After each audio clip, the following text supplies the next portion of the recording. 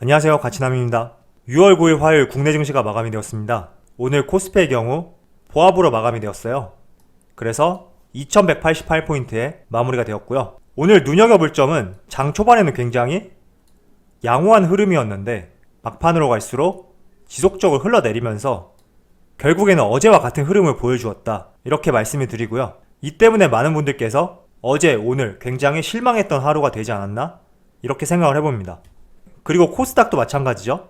오늘 코스피와 같은 흐름을 보여주면서 보합으로 마감이 되었어요. 그래서 753포인트에 마무리가 되었고요. 삼성전자 같은 경우에도 코스피의 흐름하고 비슷하죠? 이렇게 비슷할 수밖에 없는 이유가 코스피 200의 시가총액의 약 30%가 삼성전자의 비중이기 때문에 코스피의 움직임하고 삼성전자의 움직임이 비슷할 때가 굉장히 많이 나오거든요. 그래서 오늘 같은 경우가 코스피와 삼성전자의 비슷한 흐름이었다라는 것을 알 수 있고, 특이한 점은 장 막판 동시호가에 삼성전자의 주가가 많이 상승했단 말이죠. 그래서 1% 상승해서 55,500원에 마무리가 되었습니다. 그리고 SK하이닉스 같은 경우에는 코스피, 삼성전자와는 달리 장 후반에 매수세가 들어오지 않으면서 음봉으로 마무리가 되었죠. 1.32% 빠져서 다시 9만원을 깨고 89,800원에 마무리가 되었다 라고 말씀해 드리도록 하겠습니다. 자, 오늘 특이한 점은 삼성전자 같은 경우에 동시호가에 굉장히 큰 상승이 나왔어요. 지금 외국인과 개인의 순매수세가 들어왔는데 오후 2시 22분까지만 하더라도 외국인과 기관이 순매도세를 보여준 것을 알 수가 있는데, 거의 1시간을 남기고 특히 동시호가 때 굉장히 많이 들어올리면서 동시호가 때만 약 1%가 상승을 했죠. 그래서 결론적으로 외국인의 순매수세로 마무리가 되었다라는 것을 알 수 있고, 어제 비교적 큰 폭으로 외국인이 순매도세를 보여주었지만 오늘은 순매수세를 보여주면서 다시 안정적인 흐름을 보여주는 것이 아닌가, 이렇게 생각을 해봅니다. 자, 사실 저는 어제하고 오늘 모두 증시가 상승할 것이라고 생각을 했었는데 생각보다 흐름이 좋지 않았어요. 물론 소폭 상승으로 마무리가 되긴 했지만 어제 오늘 모두 시작과는 달리 후반으로 갈수록 계속 흘러내리는 모양새가 나왔단 말이죠. 그래서 많은 분들께서 걱정을 하시고 우려를 했을 것이라고 생각을 하는데, 어제 오늘 나스닥 지수가 굉장히 상승을 했거든요. 특히 나스닥 같은 경우에는 이틀 전에 전고점을 돌파했었는데 어제 또 한 번 돌파를 했단 말이에요.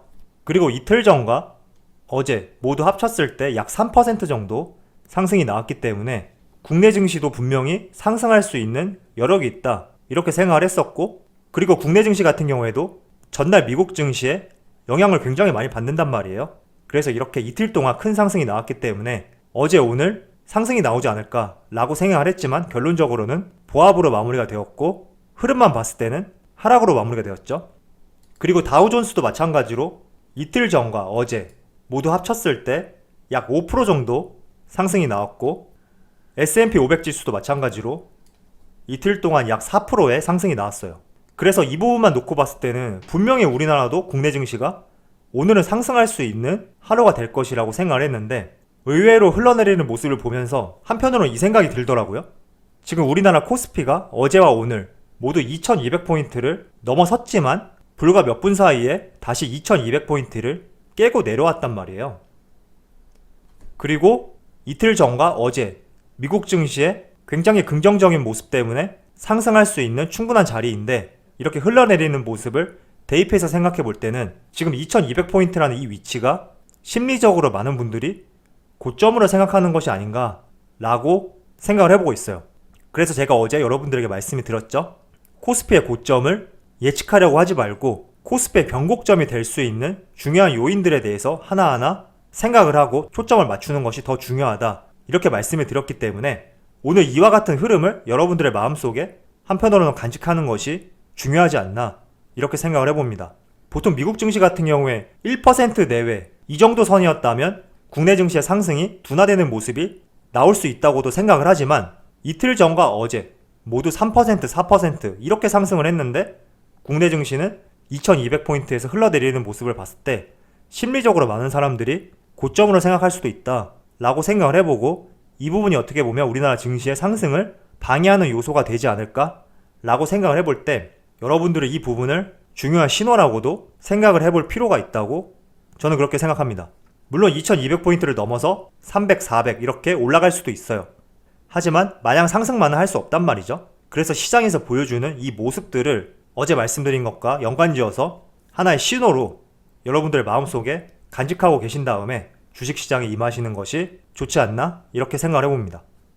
자, 이어서 여러분들에게 공매도에 대해서 말씀을 드려볼게요. 지난 코로나 사태 때문에 3월 중순부터 9월 중순까지 공매도가 금지가 되어 있죠.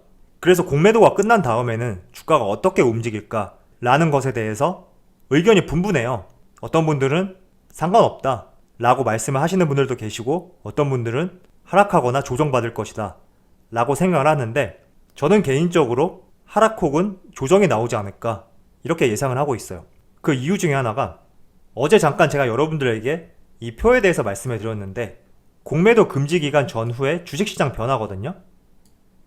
우리나라는 공매도 금지가 2020년을 제외하면 2번 있었죠. 2008년하고 2011년 이렇게 2번 있었는데, 2008년 같은 경우에는 금지 기간이 8개월이었어요. 그리고 2011년은 약 3개월이었는데, 이때 모두 코스피 종합주가지수는 다 하락이 나왔거든요. 반면에 코스닥은 상승이 나왔죠. 이렇게 하락이 나올 수 있었던 이유는 2020년과 비교해서 생각을 해볼 때, 2020년의 가장 큰 특징은 돈풀기란 말이죠. 지금 전 세계에서 코로나 사태로 인해서 망가진 경제와 시장을 회복하기 위해서 돈을 풀고 있단 말이에요. 이런 돈풀기 장세가 지난 2008년과 2011년에 비해서 그 어느 때보다 더 강하다. 이 때문에 2008년, 2011년과 비교했을 때 코스피와 코스닥 지수가 더 크게 상승할 수 있었던 이유 중에 하나라고 생각을 하고 있습니다. 그래서 2008년과 2011년이 이 부분이 다른 점이라고 생각을 하고 있고요.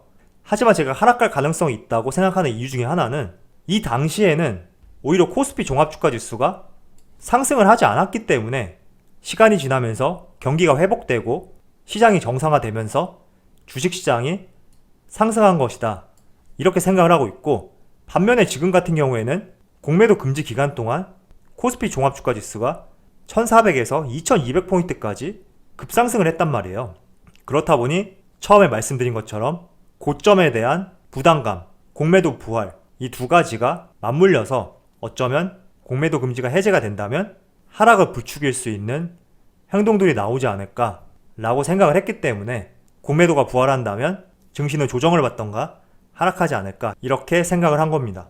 그래서 여러분들도 이 부분을 여러분의 나름대로 생각을 정리하신 다음에 한번 2008년, 2011년과 비교해서 생각해 보신다면 공매도 이후의 흐름을 100% 맞출 수는 없어요. 다만 추론을 해볼 수 있다는 것이죠. 이렇게 추론을 통해서 내가 매수한 종목을 2년, 3년, 5년 이렇게 장기 투자할 생각이 아니라면 언제쯤 매도해야 되나, 이 시점에 대해서도 고민해 볼 필요가 있다 이렇게 말씀을 드려보도록 하겠습니다.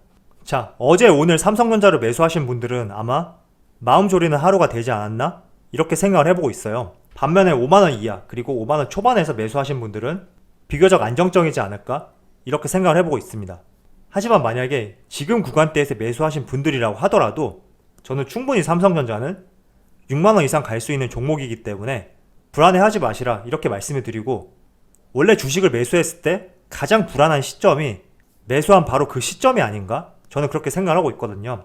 그래서 요 며칠 구간에 매수하신 분들이라면 지금 외국인의 안정적인 매수 흐름이 나오고 있기 때문에 이 부분을 잘 지켜보시고요. 어제 오늘 증시가 계속 흘러내렸다고 하더라도 계속 이런 흐름만 나올 수 있는 건 아니거든요. 그렇기 때문에 앞으로의 시장도 지속적으로 체크를 하시면서 대응을 하셨으면 좋겠습니다.